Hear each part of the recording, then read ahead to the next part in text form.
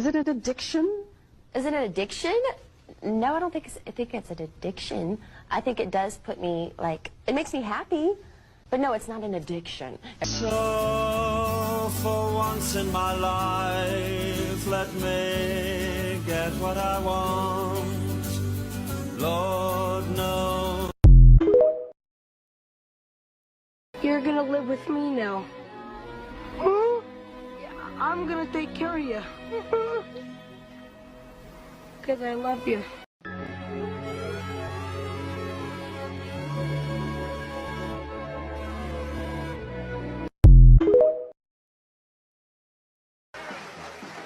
Welcome to the fucking show.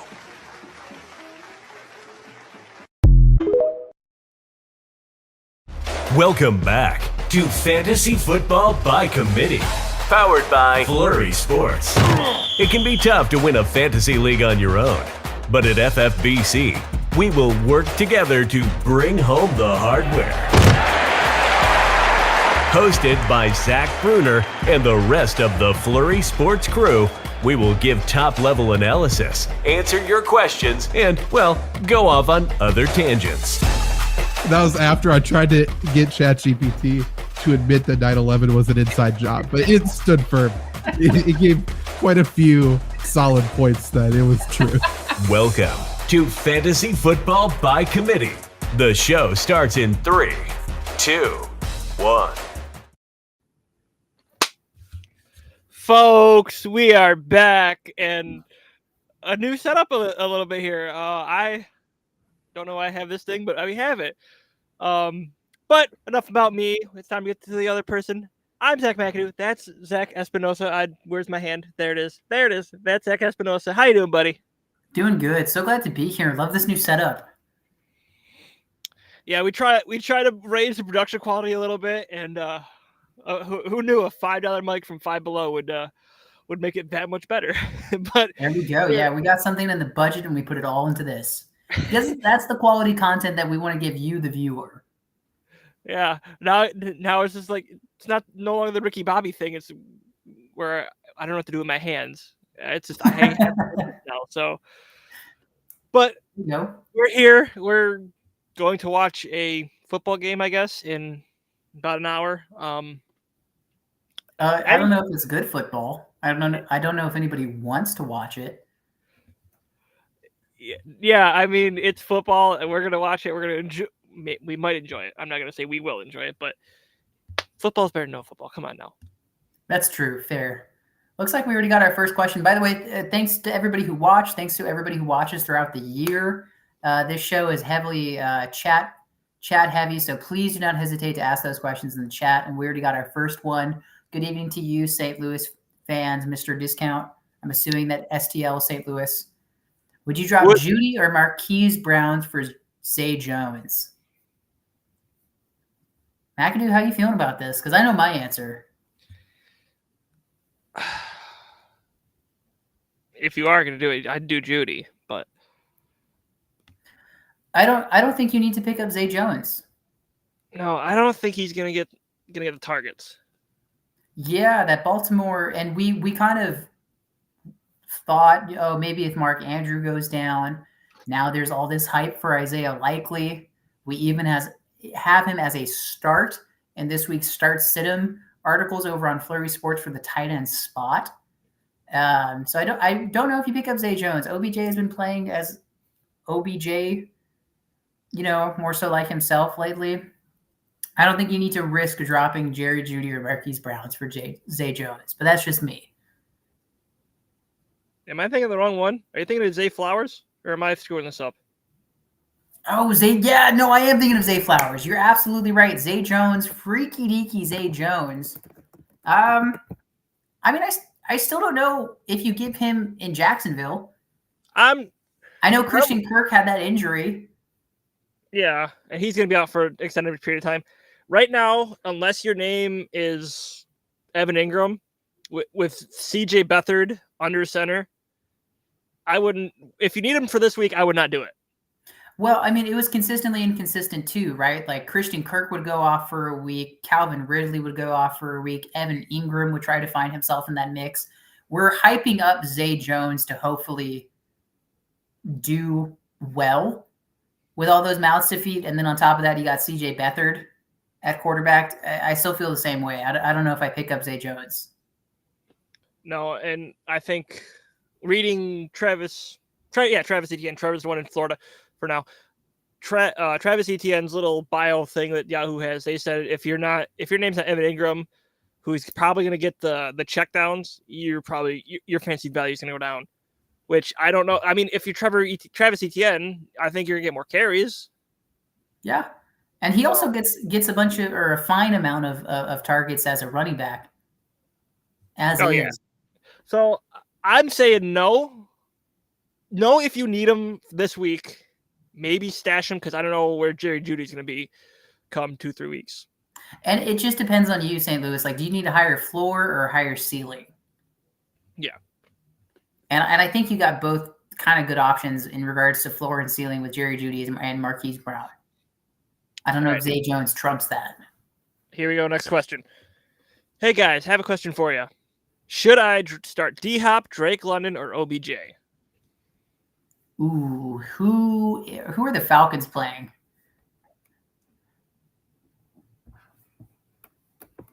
Let us see.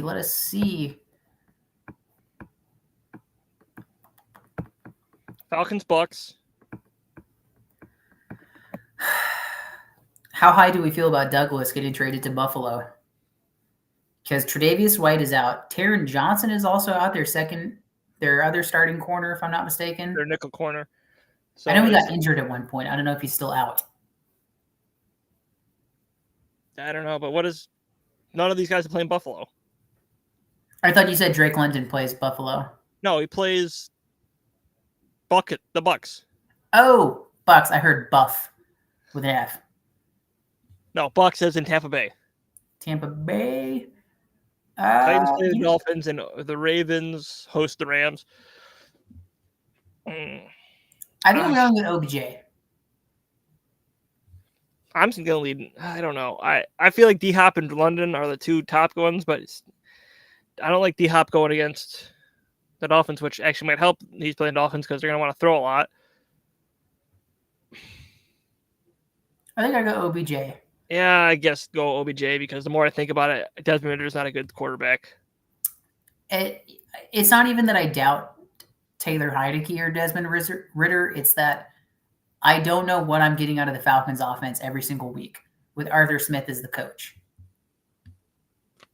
And then with DeAndre Hopkins in Tennessee is just a dumpster fire of an offense. Yeah, allowing not just offense, defense too, unless your name's Derrick Henry, which hopefully I think he's good to go this week. I think I got a notification saying he's healthy. Knock on wood. Well, Sleeper has him as good to go, so hopefully that holds true. Just for the audience, if you're tuning in for the first time, we are NFL script writers, so we submit a script every single week of how we want things to go, but we don't know if we get chosen until the same time you do. So knock on wood.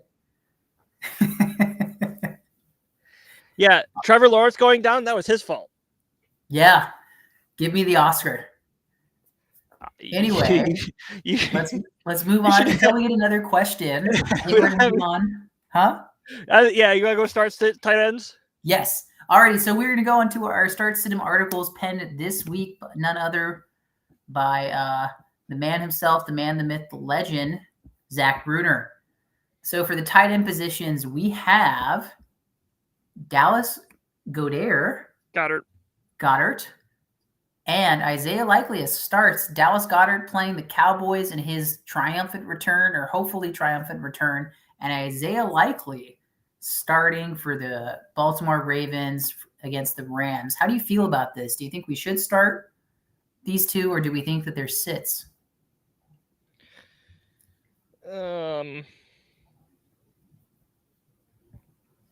think is Dallas Goedert good to go? I don't know if he's officially good or is he still questionable. I do like the Isaiah Likely. It looks like nothing is confirmed. I'm just gonna point out what you're getting made fun of by Bruner, the guy who wrote the article. Go there. It's Goddard. But I mean, if he's good to go, you put him in your lineup. There's no doubt if ands or buts there. He's a tight end one for a reason. And even in Philly though, Philly's got AJ Brown, Devonta Smith.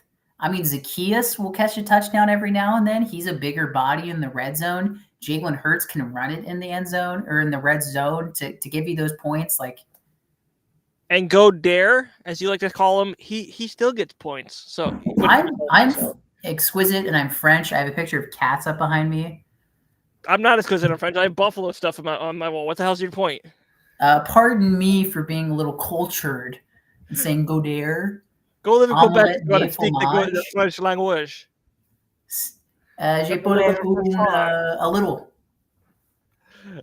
We're already off the rails. We just started. Holy shit. That's what we love to see. Alrighty, guys. So now in our sit column of the tight end article. Wait. Before you go, this. Yes. Because it's in Dallas too, I believe. So you got to use Dallas to beat Dallas in Dallas. Now, that's meta thinking right there. That's thinking outside the box. Not just a hat rack, my friend. Yeah. Huh. That's why you're the boss, man, because you got that big boss brain. Okay, so for our sit column, we got Pat Freiermuth today versus the Patriots, and then we got Dalton Schultz finding himself in the sit column versus the Jets. How are we feeling about this, McAdoo? So unless you have Jalen Warren, well, I was going to say Ramondre Stevenson, but Ramondre's out. Ezekiel Elliott, and I'll even throw Najee in there. Those are like the three I shouldn't say must starts, but like three guys you can kind of see, like have some comfortability with. The rest, you have no idea what the hell is going to go out there because you're starting Bailey Zappi. Is he the starter or are they going Malik Cunningham? I don't know if they officially made it. I mean, whoever it is at quarterback in New England, I still don't trust anybody. Yeah, and then you go on the opposite side, it's kissing titties. So you don't know, and I don't think you're getting kissing titties that took them to the Bears to the playoffs a couple of years ago. I think you're getting kissing titties that looks bad. Yeah, and the one thing too is that everybody wanted to hype up the Pittsburgh Steelers because they fired Matt Canada, and then they had 400 yards of offense for the first time this season. They outgained their opponent on offense this season. But one thing that kind of bothered me about that was that it was against the Bengals right after Joe Burrow went down. It was a different team. It was a defeated team. And yet everybody wanted to go ahead and give all the awards to Pittsburgh. And now we're trying to see what they do tonight. Yeah. And I think I agree. I don't think Pat Freiermuth has deserved himself to be a start. Getting 5 targets and only catching 3 of them. It's not exactly impressive. It's not really as much him to this week as it is who his quarterback is. Now, flip side, Dalton Schultz. Again, this isn't a testament to him. I think Dalton Schultz is a great tight end, but he's coming off a hamstring injury. How much is he going to be able to play this week? Well, then how come we're going to put Goddard in the start column, but Dalton Schultz in the sit column when they're both coming back from injuries? Because one's a forearm, one's a hamstring. Fair and valid. Yeet56, longtime viewer, at least this season. Thank you so much for tuning in. For all your questions, we got another question here, my guys. I got 4 questionables. Aaron Jones, Kenneth Walker, I'm assuming, Dalton Schultz, and Amari Cooper. All injury reports look rough. Do I take the risk or start Deontay Johnson by default tonight? I'm assuming this is for your flex position, which is why Deontay would be starting over all 4 of these people. I don't know. I have 4 flex spots though. I think they're all questionable, and they're all filling up the flex. If I'm reading this question correctly, you got to let us know. So to start out, I said I don't like Schultz this week. This week, Schultz is a sit. I'm leaving him on my IR because I'm not trusting him to come back. Aaron Jones, I think that's the tough one because you won't know until Monday night. All candidates flex. Honestly, I think it just goes down to the but Deontay Johnson plays tonight versus Pittsburgh. Yeah, I think you jump the gun and you start Deontay Johnson. Kenneth Walker has been banged up this year. If he comes back, why is Seattle going to rush him into another injury? Going against the Niners team that too. I think they're signing off that they're probably going to lose this one. Yeah, and I think they just try to win out after. Try to limp into the playoffs and keep him healthy. Amari Cooper playing with Joe Flacco and an immobile Joe Flacco. I don't know how much that's going to get you. Aaron Jones has been banged up this year. I don't see why Green Bay tries to rush him into another injury as well. I think you take the lesser of evils and you start Deontay Johnson tonight. I think you have to. I just read Amari Cooper's little line that Yahoo has, and I don't think he's starting with a concussion and some rib injuries. It's the lesser of two evils. And I don't think Deontay Johnson's a bad play. I think he's probably going to get the targets, might get a touchdown, but like you're dependent on that pretty much. Because he's been kind of sliding in recent weeks ever since he was publicly frustrated, and then he had that abysmal no effort play on that fumble. So, I mean, even in that game, he had 6 points or whatever, which it's not good, but it's something at least. Last week, he had 10 at least. He had caught a touchdown late, and a lot of people didn't like his dance when they were down, but, I mean, he scored a touchdown. What the hell are we complaining about? Yeah, but it's still only 6 points. That means that he scored only 4 points outside of that touchdown. 13.3 last week, 9 points against Cincinnati. And I think when was the fight? After the Green Bay game between him and Minkah Fitzpatrick, which he put 2.7 and 3.6. So, and New England gives up as usual. I think if there is a return to form game somewhere before the end of the season, it's tonight against the Patriots. Flip side of that, backup QB, a defense that has not given up more than 10 points in 3 games, which for the first time not for the first time, but for the first time since 1938, a team has not given up 10 points in a game for 3 consecutive games and lost all 3. There's a first for everything. I mean, ideally, on the flip side, you've got Najee Harris, Jaylen Warren being able to split and still get themselves yards and points. George Pickens, Deontay Johnson, in theory, Pat Freiermuth. I know we don't have him as a start tonight, but in theory, it shouldn't be too hard for Deontay Johnson to have a good game tonight. I think if he does have himself a return to form game before the end of the year, it's tonight. Plausible, but I'm not going to hold my breath. I'm starting in one of my leagues because I have to, because I have Amari Cooper out, Marquise Brown on a bye, and he's the safe play because I don't want to risk it till Sunday. And that's another thing too for anybody watching as well. For these questions, it's kind of a lot of these positions are going to be out of desperation with injuries. We finished our bye weeks, but just out of sheer desperation, we're doing these starts. So it's not ideal for a lot of us. Also, if Thielen is option, I actually like Adam Thielen. I know Carolina's been a dumpster fire, but he's been the number 1 target by default. Oh yeah, he had 20 points in a couple games earlier this year. It was averaging it. Mid versus mid, yeah. Yeah, it's mid versus and you just choose the lesser of 2 evils, and that's kind of what we're doing here this week is just trying to help you decide what's the lesser. If you want to hold off until Sunday, I don't think Adam Thielen's a bad option. I like the Adam Thielen pick the most. Over Deontay Johnson? Yeah, I mean, like you said, it's a backup quarterback. It's New England. They haven't given up more than 10 points in the last 3 weeks. I don't think it's implausible or unfathomable to think that Deontay Johnson has himself a game tonight. I think this is his chance to do it, considering that his stock has kind of been falling. But now that Adam Thielen's on the table, that's a whole different story, my friend. So Adam Thielen's at New Orleans. So take that for what it's worth. According to Yahoo, they are the 30th ranked defense in giving up points to receivers. So Hubbard starting. Yeah, again, we mentioned this last week. We don't like the late bye weeks, but I'm going to lead that into this. And this is a two-parter. There are some leagues with playoffs starting this week. Mm-hmm. How messed up is that your playoffs start with bye week still going? Like, granted, it's only 2 teams, but still, like, you're missing Kyler Murray this week. You're missing Sam Howell, who has been a starling QB for some teams. You're missing Brian Robinson, Terry McLaurin, James Conner. Like, yeah. I think that's a separate podcast episode in and of itself, is dealing with the enigma that we're demanding more content for football. We're trying to expand it across the globe. And so what that does to scheduling, and then fantasy is trying to get ingrained with it, and that line is starting to blur.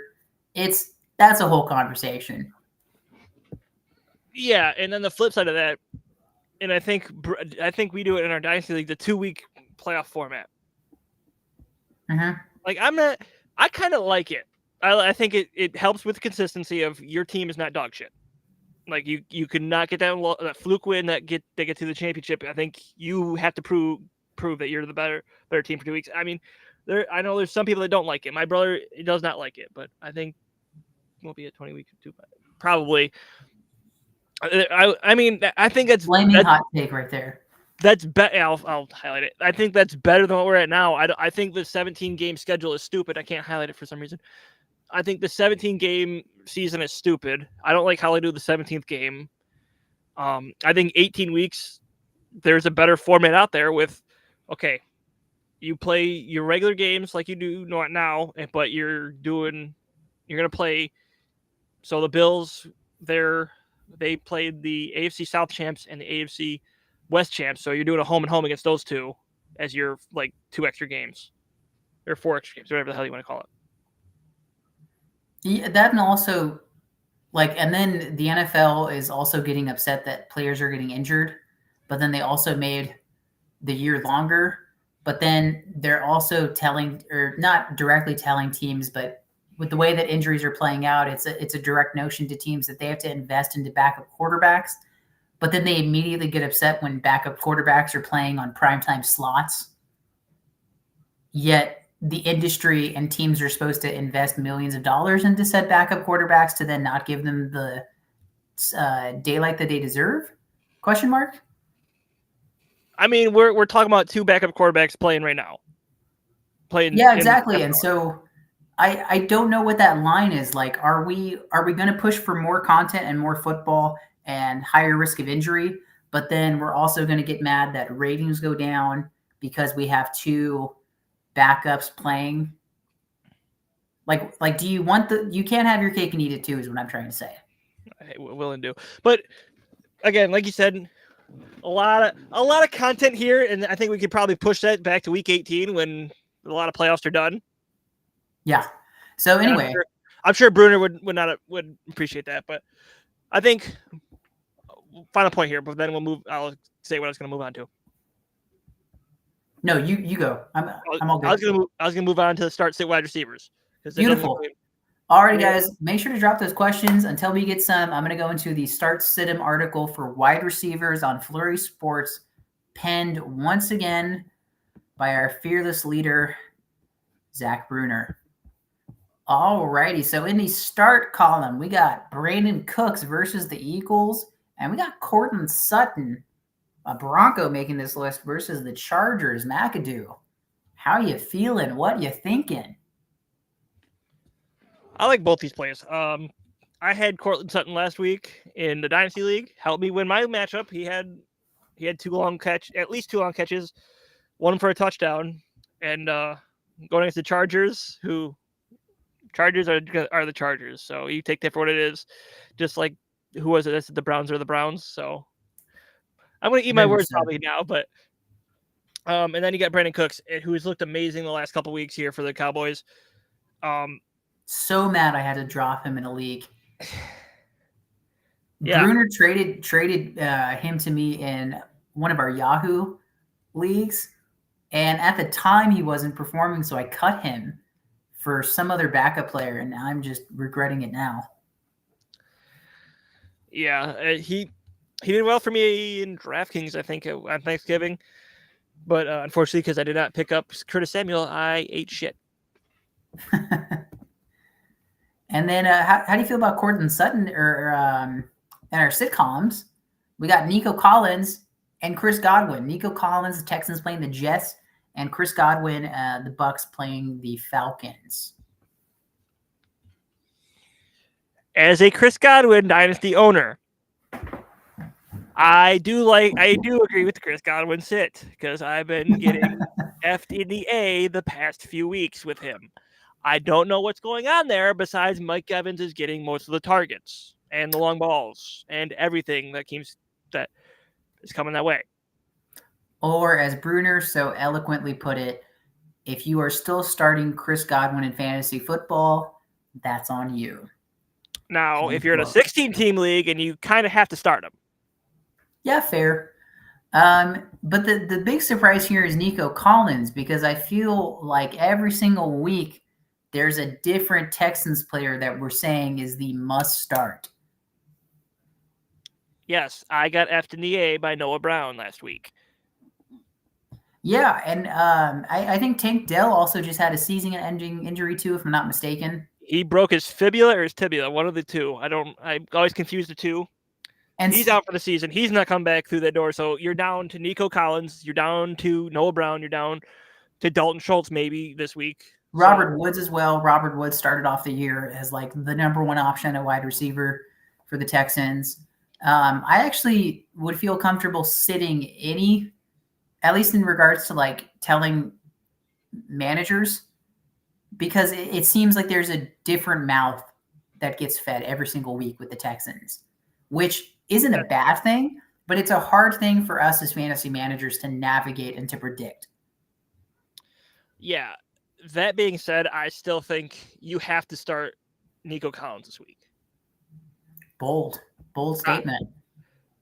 I mean, yes, the Jets defense is good, but they just got lit up a couple weeks ago by the Dolphins with Tyreek Hill, Jalen Waddle, and all them. And I think that you're still going to see CJ Stroud put up good numbers. Yeah, the Jets are kind of a do or die. They kind of can't afford to let Nico Collins have a good game and have the Texans win. And like we said earlier, Tank Dell's not coming back through that door this rest of the year. He's not going to be on the field. He's got CJ Stroud has to throw someone. Yeah, the question is who. I mean, last week because Tank Dell went down early, I got screwed by having Tank Dell in one of my lineups, and so someone had to pick up the slack, and it was Nico Collins. Granted, that's probably because he was wide receiver too, but now you have a whole week to game plan without him. So I guess we'll find out Sunday when they play the Jets who is replacing Tank Dell.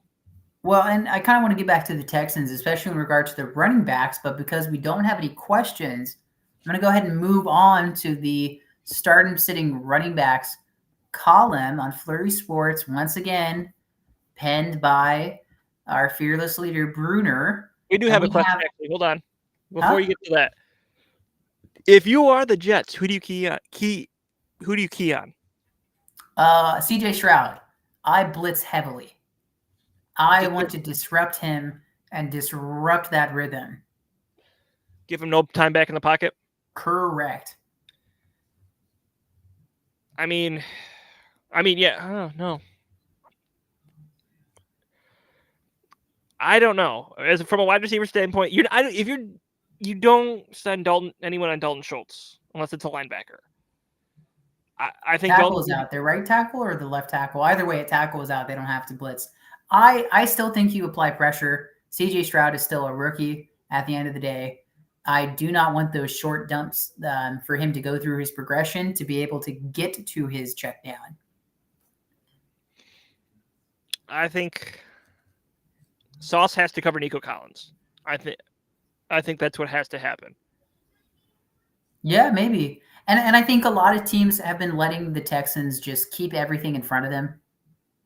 A lot of zone. I'm not saying that a lot of zone is being played, but I won't say that the teams that have beat them are always the ones dictating what the offense can do, limiting that in that sense. Yeah. Moving on, though, to our running backs, our start sit-ems, we got Jaylen Warren and Ezekiel Elliott finding himself both starting tonight, playing Thursday Night Football, Patriots-Steelers. How do you feel about that? I mean, I said earlier, there's 3 guys I would be comfortable starting this. I shouldn't say comfortable, more comfortable starting than others, and they were Jalen Warren, Ezekiel Elliott, and Najee Harris, because I think Najee is going to vulture. But, I mean, Ezekiel Elliott is going to be the bell cow tonight. Ramondre's out, so take that for what it's worth.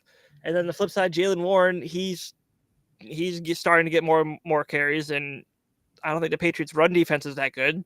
Granted, they held Ezekiel Elliott to 18 rushing yards last week, and something bad. It was, and that's why Brandon Staley is saying, "Oh yeah, we're gonna have competition for carries now." So, well, and Bruner left a comment: Texans are going to run the football boys, and I'm so glad you mentioned that because I had said that I wanted to go back to the Texans running back room because I really don't know what to expect with the Texans, whether that's going to be for fantasy football purposes at the running back position or for this week football IRL. Is Devin Singletary the guy? Is Dameon Pierce the guy? Who are they running in the red zone? Are they doing checkdowns to Devin Singletary? Like, is he the change of pace back? Is Dameon Pierce now the change of pace back? Is he the bell cow? I don't know what's going on in that running back room for Houston. Granted, I can't say that I've watched a lot of Texans games, but still, looking at the stat sheet and looking at the highlights that I do, I genuinely don't know what their identity is in that RB room. I think they're going with the hot hand right now because it seems like Devin Singletary is getting most of the carries. Yeah, and I wouldn't say like he's ran away with it. It's not anything that is blowing you out of the water that you have to give him to the hot hand. Like, yeah, and so Pierce, I mean, he's built to be the hammer, yet Singletary has been getting those yards, getting those carries, and I've been seeing more and more and more Singletary to the point where it feels like Pierce is now the change of pace or that hammer, yet I don't know if Pierce is still hitting as hard as he used to. So he's saying it's a power back week instead of a third down back week.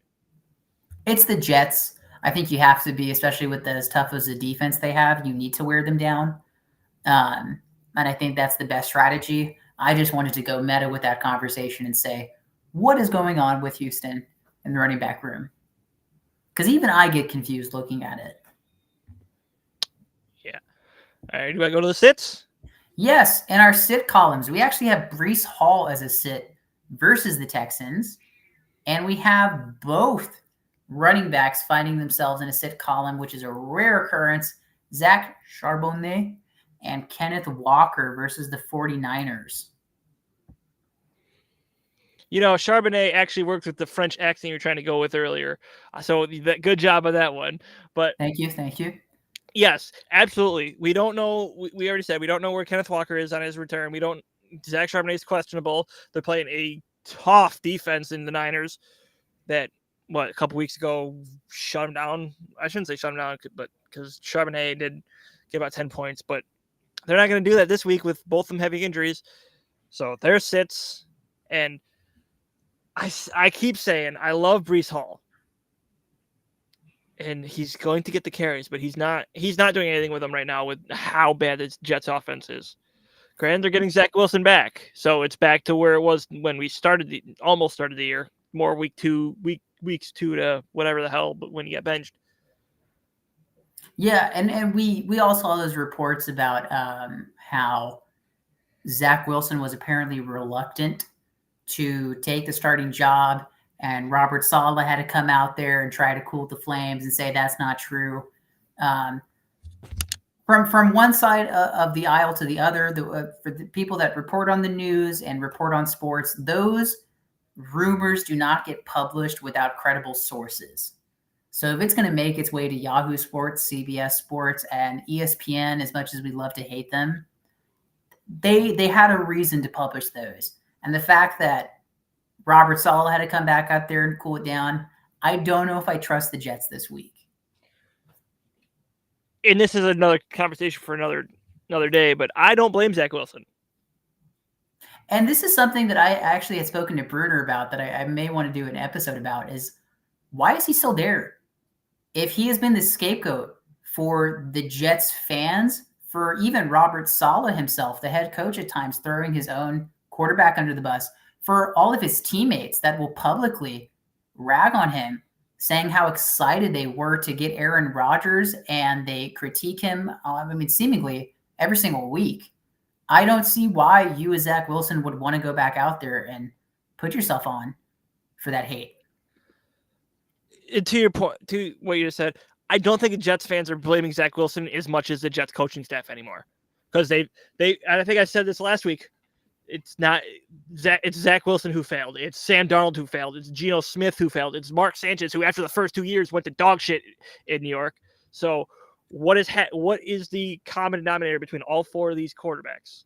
The organization. Yes, they were drafted highly by the Jets. Say it ain't so. Here, hold on. Let's go here first. You got a compliment here, buddy. Oh, thank you. Thank you. That is my good friend Rihanna, who always supports. Thank you so much for your support, Rihanna. And what team? This question's for you, because I'm Taylor listening Swift on? I'd put her on the Chiefs. No, screw Taylor. Dude, Go she's Bills. like 5'11", what? $150? $180? I put her on the Chiefs. Pair her with Travis. Is she taller than me? She's like 5'11" or 6 foot. Hold on, let me look this up. She's definitely lining out wide. Oh no, she's taller than me by an inch. Height and weight. How much? I don't. Why did you don't Google that? She's 128 pounds. She's like a really tiny receiver, maybe a corner. Don't Google a girl's weight. Well, we do that for football players. The question is what team would I put her on?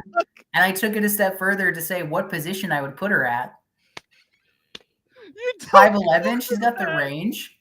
All right, now we'll get to Sid Holmes. Hi, buddy. It's been a while since I've talked to you. Hey, Phil's long-time listener, first-time commenter. For looking for some expert advice, we're not experts. Don't come here for that. I'll discuss this playoffs. Might not get it on you, but without the lucky out, I got to go Olave or Davis. Davis.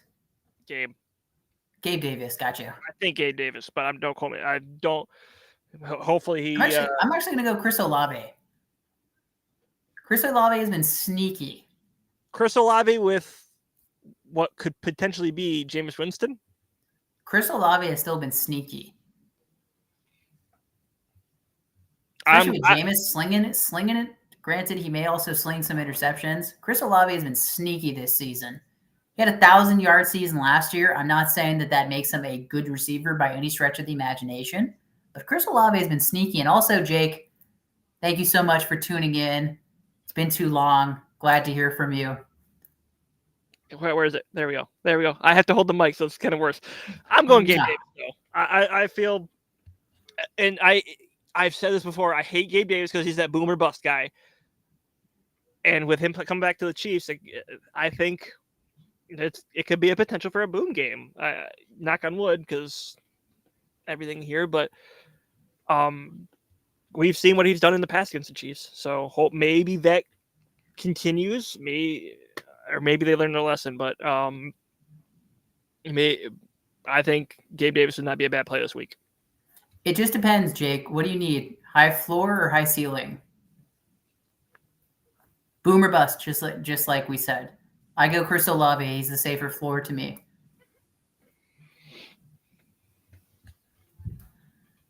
Well, we've done it. We've made it through our Start Stidham articles. Anything that is pressing on your mind or any conversation you want to finish tonight before the show starts, please, guys, do not hesitate to get in those last-minute questions. Otherwise, McAdoo and I might go off the rails. Again? Yeah.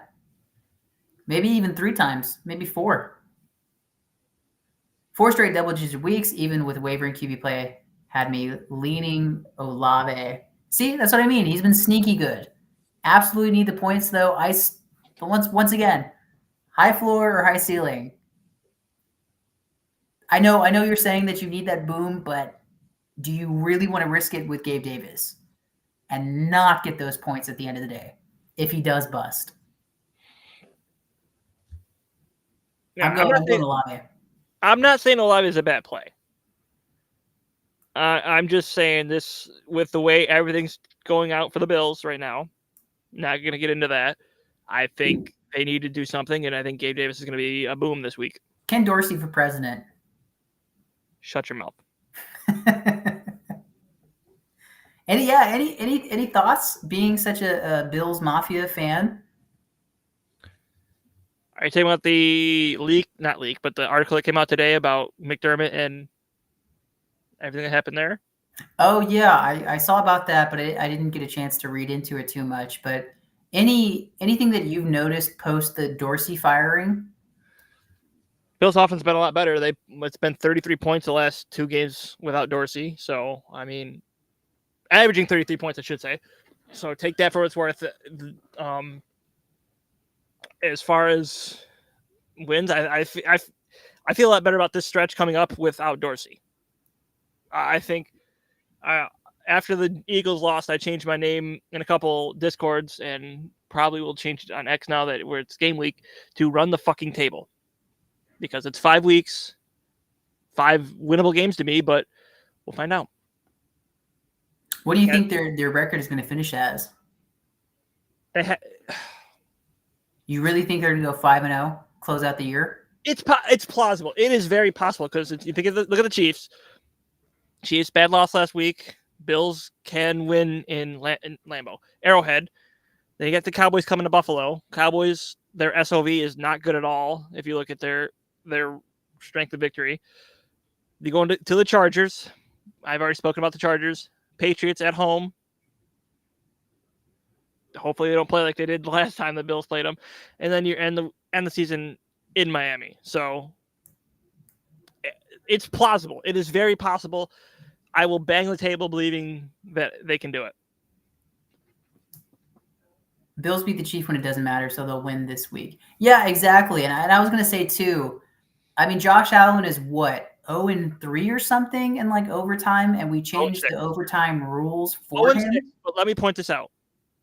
We have always, and I am the proponent of this. Why the fuck is our wins a QB stat? I mean, fair, but when you have same thing with game-winning drives, right? Like that's a stat that we also measure quarterbacks with, and I'd say that's more important than wins overall, even though those kind of overlap. Because if you're successful, ideally you win the game. But my point is that when push comes to shove and it is crunch time, Josh Allen has not produced those game-winning drives and by extension those wins, even with the extra opportunities of overtime that his team has given him the chance to win.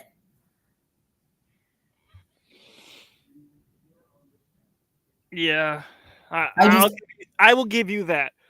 But if Gabe Davis does not run the wrong route there, which has happened, go back to fucking Cincinnati with that intentional grounding, which of course it's the only one I've seen with where they throw the flag on a miscommunication. The only time I've seen it this year. That was supposed to be Gabe Davis running the long way, and he didn't. Again, here he runs in instead of out, and they get fucked again. So I don't know. It's just next week's coming up in 3 days, so. Yeah, and I think if you're a fan of football, you're really interested to see how Buffalo's season plays out, because I really want to see what that narrative takes hold of. If Josh Allen can't win any more games in overtimes, like we would hope that the Chiefs-Bills game goes into overtime. We hope it's a close game, and et cetera, et cetera. But Jake here has a comment. Really miss you all as well. Would love to get on a stream soon, even just to catch up. Hey now we're cooking with gas, Jake. Don't tempt me with a good time. I might just take you up on it. My heart is always with Fleury. My heart's always with you. I'm sorry. Is it just me? Thanks for keeping Star City alive. Yeah, good job, Bruner. And we have Jake to thank for that as well. He was co-host last year. We had a lot of good times too. Miss you, Jake. Anyway, we got Patriots Steelers tonight. Any prediction on the score? We think it's a race to 10, race to 20. We think Steelers are running away with it. What do you think is going to happen this week? Lay money on the under if it's under 30.5. Race to 15. It's fun. The over under is so like I would if the over under could have been what was the Iowa Nebraska that Henry brought us that was like 24.5. I would take the under still for this game. Is that how bad we think it's going to be?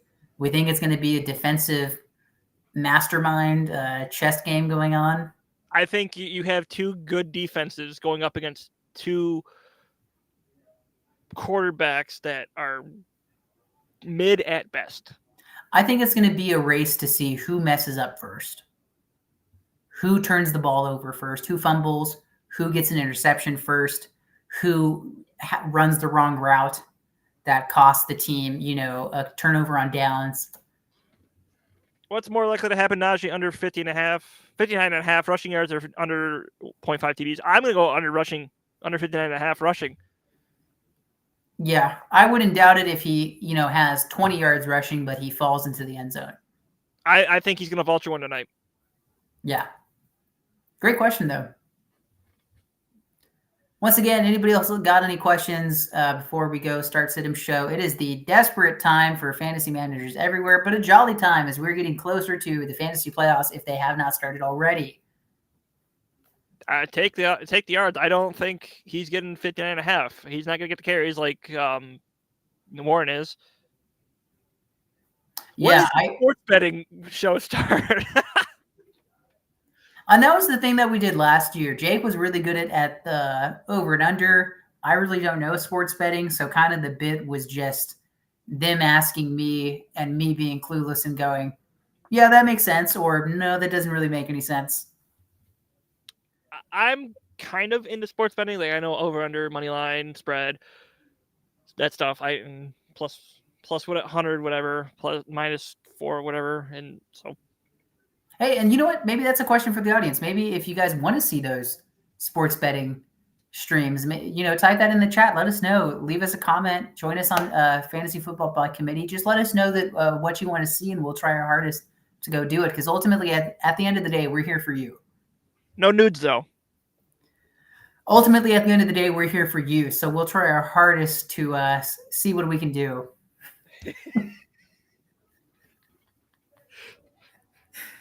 But we have to Photoshop. What? We have to Photoshop. It's like Josh Allen's body, but like my face on it.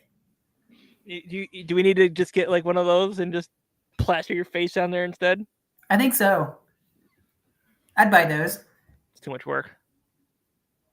Not if we make money. Bruner, do we have that in the budget? I was really interested for us for fantasy football. Maybe for next year, we do like some sort of weekly torture. Maybe nothing like too drastic, but somebody has to drink mayonnaise in their coffee again. No. To this day, I don't want to be. To this day, the fantasy football punishments article is my favorite article that I've ever written. Shameless plug. Go read that on Flurry Sports. Yeah, go read my NASCAR articles, even though it's past due. I got one right. But all right. Do you want to wrap it up or give them a couple more minutes to get questions in if there's any? It's up to you. I think we're okay. I think this week is kind of written itself already. So I'll give a 3-minute warning here, and while we give the 3-minute warning here, I'll lay this out there. There is, I don't know if you saw the photo going around, making its way around the internet, of Joe Burrow on the sidelines in a sling or the cast, whatever for his. Yeah. Excellent talking point. I could talk about this all day. With a certain someone else that you love in the don't you say that I love him. Don't put that out there on the internet. Oh yeah, I will put it on the internet because I know how much you love him, just like the Adams and whatnot. You go ahead and you do that. You talk about that because I know you've probably got a lot to say. Yeah, and we want to talk about leaders, and we want to talk about winning as a quarterback stat and what really defines a quarterback as well. And the fact that Deshaun Watson could easily be down there on the sideline just for moral support, whether that's going to be hyping up Joe Flacco, hyping up the defense, or hyping up special teams. But at the end of the day, you're still paid to be there on the sidelines. And I get that not everybody, even injured, has to be on the sidelines every single week. Aaron Rodgers wasn't there every single week. But the fact that Joe Burrow can still go down on the sideline and be with his team, win or lose. And it's like I said, when they lost to Pittsburgh, and Pittsburgh put 40 or 400 yards of offense, and that was clearly a team that was changing its identity with Joe Burrow gone.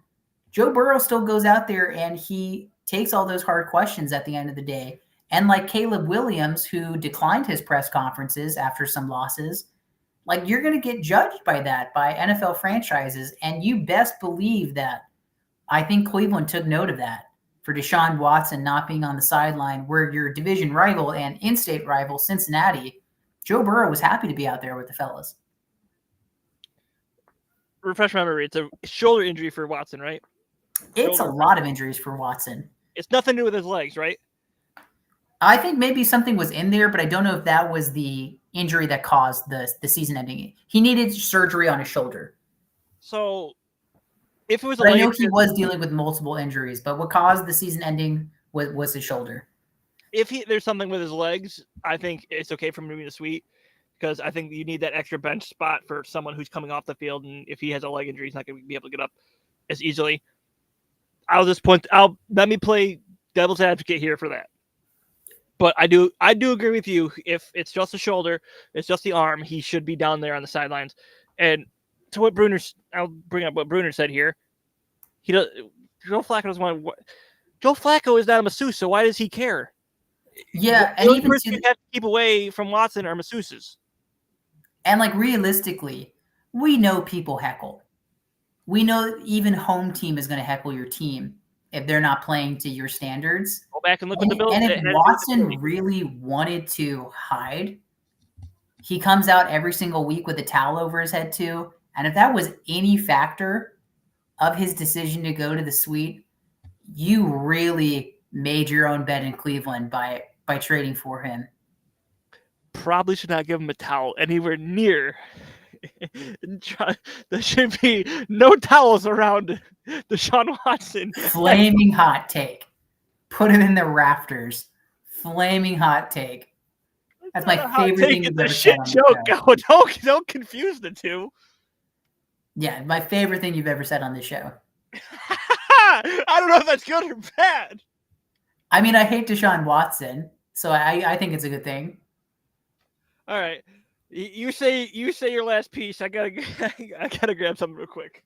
Yeah, absolutely. Thanks you guys so much for your support throughout the year. Thank you so much for tuning in this week and all the weeks prior. Make sure to follow us on all the social media, whether that's going to be Instagram, X, or Twitter, and Facebook. We have our Fantasy Football by Committee page where you can ask questions anonymously. And we got Deshaun Watson himself coming in to take any last questions. Yeah. And that's it. That's all she wrote. Thank you guys, and we hope to see you next. Oh yeah, vote for us. Vote for us. Vote for us on. We'll leave a link somewhere on our social media so you can vote for us for best podcast. We got a three-peat. We got Lombardi Suite, Fantasy Football by Committee, as well as we know the last one, the Flurry Sports Podcast. And so go vote for us for best podcast, guys. And why is Espinoza? Why is Bruner? I don't know, Stoof. Good to see you, though. I haven't seen you in a couple weeks. Glad to hear you're okay. Or at least I hope you're doing okay, Stoof. I gotta go give him a shot. I can't say the word. All right. On that note, we're just going to end on a failure, okay?